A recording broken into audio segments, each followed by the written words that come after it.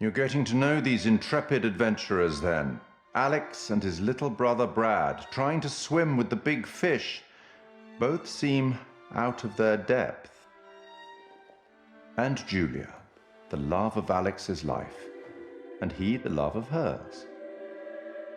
What about Conrad, a bold fellow, you might say, or maybe you'd say arrogant.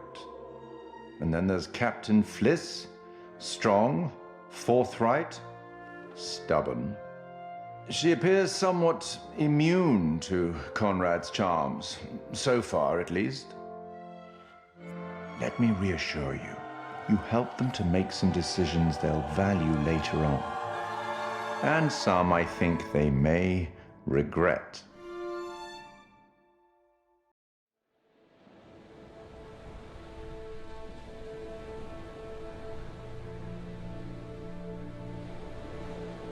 So, we're like 10 seconds out of the jaws of certain death. Well, certain, I mean, that's relative. And this meatball... Meatball? This meatball pulls a ring out of God knows where. Yeah, where did you hide the ring? A lady never tells. Oh, needless to say, this lady was impressed.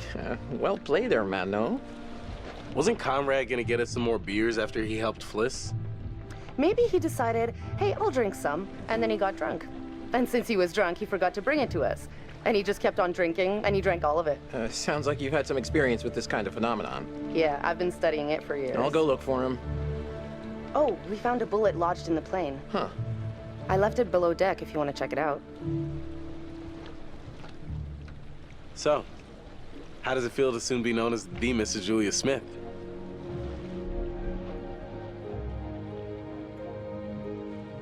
Honestly, I wasn't sure how it would feel, but now that I hear it, it does have a nice ring. So, I guess we should talk about wedding plans. Eventually.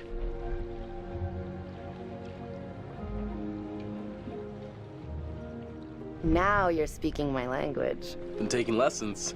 Yeah, I can't wait for us to plan everything together. I was so worried you might say no.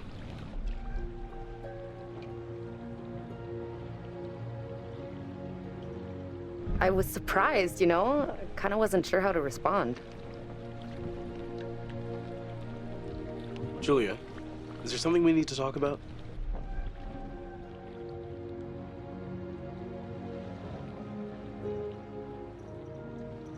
I said yes, okay? Let's just talk again about this when we get home. All right? Yeah.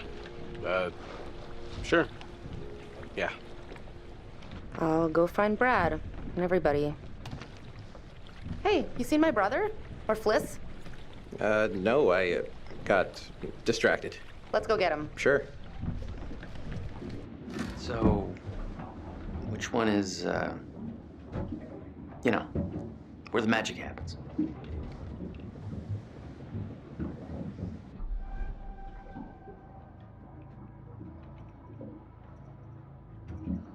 On behalf of my family, I'd like to apologize for my brother acting like a horny fifth grader. It's okay. I can deal with children. Conrad, beers, where are they? Oh, yeah, the beers. I was just getting them now.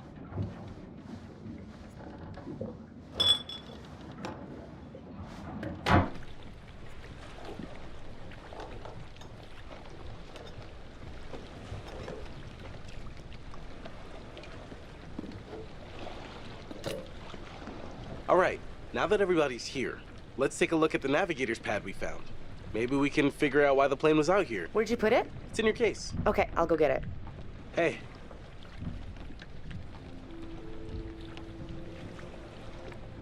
So, how's it feel to be a man post-proposal? Relieving, honestly. Been carrying that around for a while.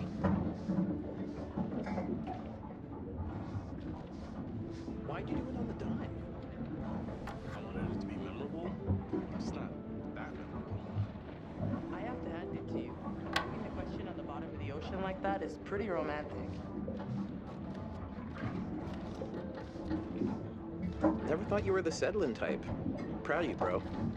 I couldn't have done it without such a good bro. Bro. Wait, what do you mean? You told me to follow my heart. One, I'm not that sad. Two, I was talking about med school. Still, we're over the top, bro. Right here.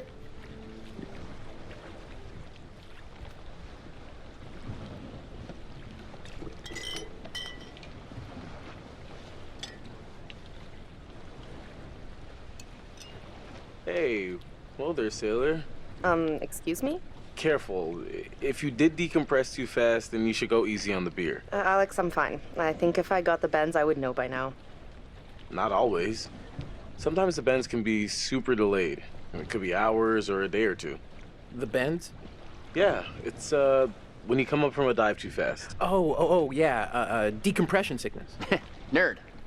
Little nitrogen bubbles that get stuck in your bloodstream. Hurts like a bitch. It's really serious.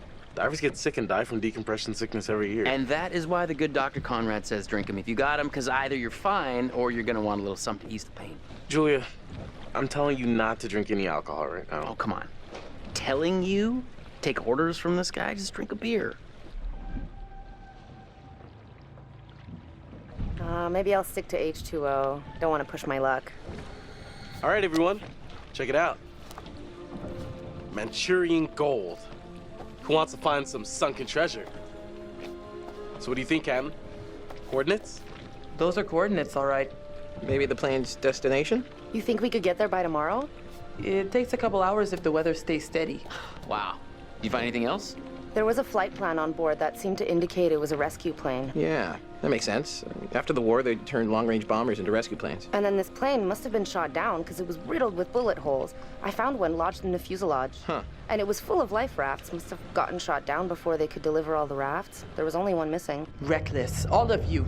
Excuse me? I told you to leave everything down there alone. Oh, come on. We've been through this already. I'm not talking about the law. No, hey, they were respectful. No, you did whatever you wanted. Whatever you took, it was too much. Oh, come on. No one knows we've even been down there. And I don't think ghosts can talk. You Americans are all the same, huh? No respect for anyone else's traditions. You should have never gone down to that plane in the first place. It's bad luck. You think you can scavenge down there and it makes no difference, but every single thing you bring back has an essence.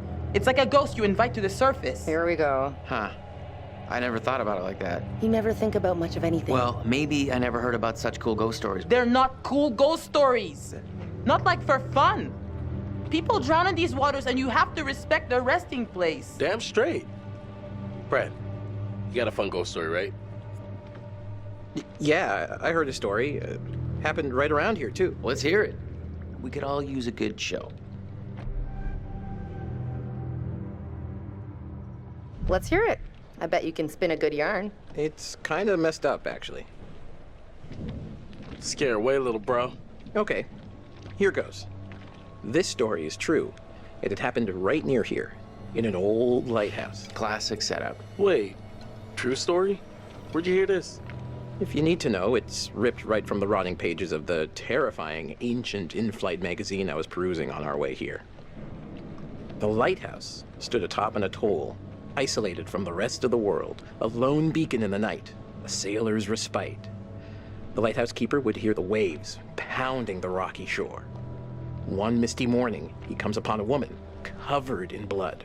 She's stumbling down the beach. He hurries to her aid, and she falls into his arms, sobbing. As he hurries her back to the lighthouse, he asks where she's from. He doesn't waste any time. Smooth.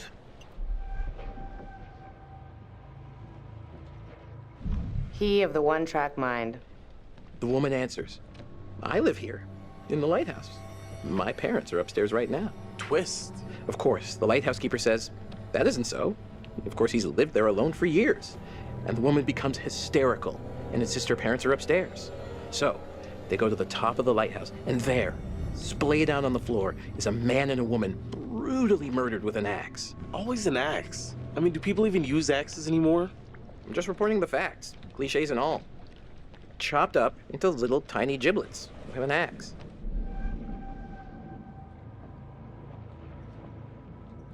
So gross.